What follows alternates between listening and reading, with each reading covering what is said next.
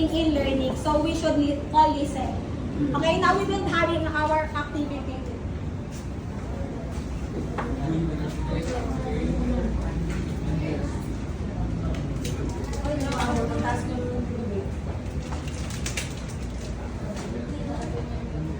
So I will divide you into 4 groups. This would be the group 1, the group 2, the group 3, and the group 4.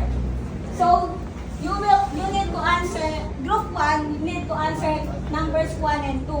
Group 2 needs to answer number 3 and number 4. Group 3 needs to answer number 5 and 6, and the last group needs to answer 7 and 8. So you only have 2 minutes, and then the last one who will, like the first one who will finish the task will have a reward. So yung reward na yan.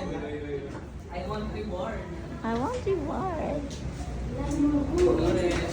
Hindi pa unahin So, yung so each one of you will be having a reward.